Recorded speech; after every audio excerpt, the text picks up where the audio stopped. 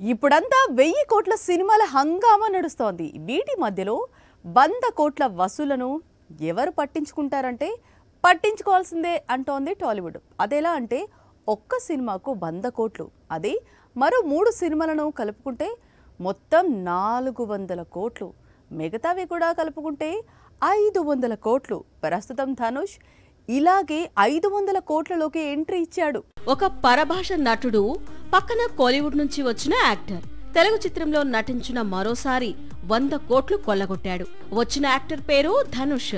చేసిన సినిమా కుబేరా. వచ్చిన వసూళ్లు 100 కోట్లు. ఇవే ఆ సినిమా 100 కోట్ల పోస్టర్లు. గత శుక్రవారం ఆడియన్స్ ముందుకొచ్చిన ఈ చిత్రం కేవలం 6 రోజుల్లోనే 100 కోట్ల వసూళ్లను దాటింది. కోలీవుడ్ నుంచి కలెక్షన్స్ తక్కువగా ఉన్నాయి.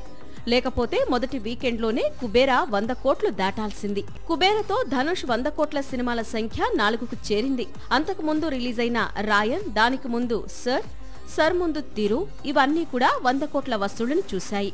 ధనుష్ ను 100 కోట్లకు కేర్ ఆఫ్ అడ్రస్ గా మారుస్తున్నాయి. తమిళంతో పాటు తెలుగులో కూడా ధనుష్ మార్కెట్ విస్తరిస్తూ ఉండడం విశేషం.